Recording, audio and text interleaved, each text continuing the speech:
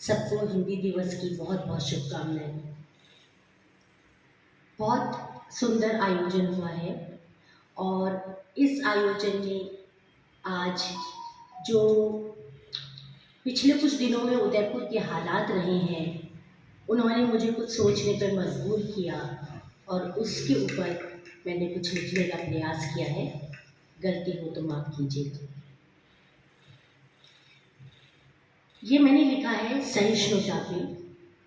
उदयपुर जो कभी इतना कभी क्या अभी भी है, बहुत फेमस है, पर साथ ही साथ अपने सौंदर्य, अपने टूरिज्म, इसके साथ साथ आजकल ये किसी एक चीज़ इसमें और जुड़ गई है कि यहाँ आए दिन जो दंगे फसाद हो रहे हैं, उसके ऊपर मैंने कुछ अपने विचार दिए हैं। अपने नजरिए से दूसरों के सुख नापने का जब दृष्टिकोण बदलेगा, अपने नजरिए से दूसरों के सुख नापने का जब दृष्टिकोण बदलेगा, तभी हर आदमी की जिंदगी बदलने का हर कोण बदलेगा। क्या कहने, वाह वाह वाह।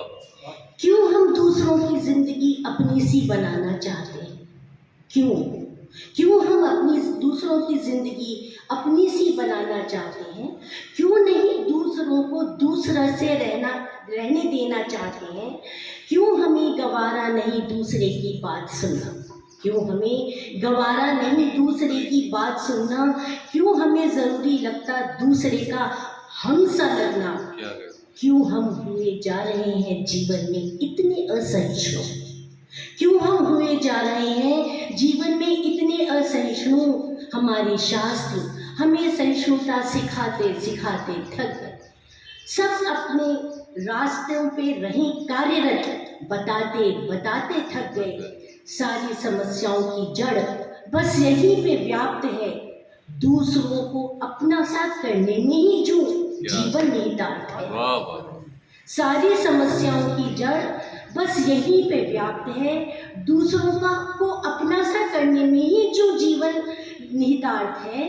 अलग अलग पंथों का भी यदि एक ही हो गंतव्य, अलग अलग पंथों का भी यदि एक ही हो गंतव्य, अलग अलग हो विचार पर हो राष्ट्रभक्ति मंतव्य, तो क्या वजह उनको सुना नहीं जाना चाहिए?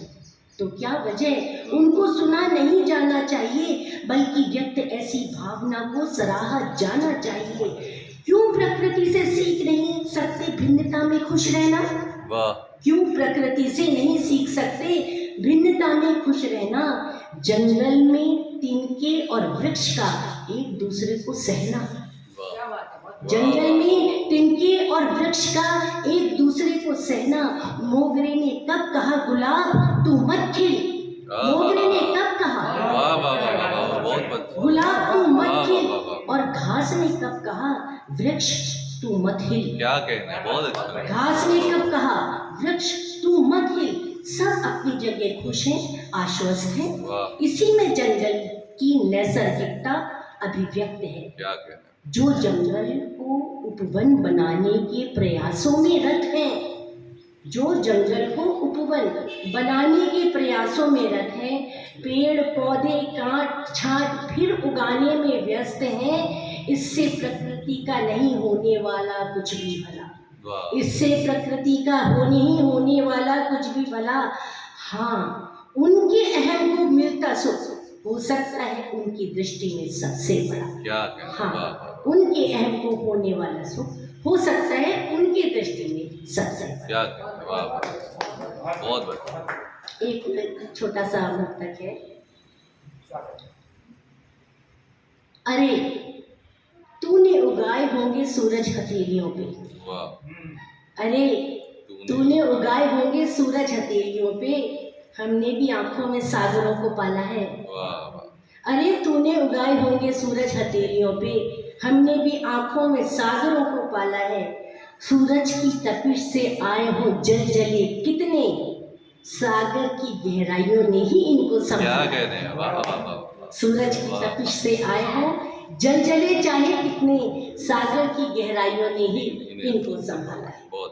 अगर अनुमति हो तो एक छोटा सा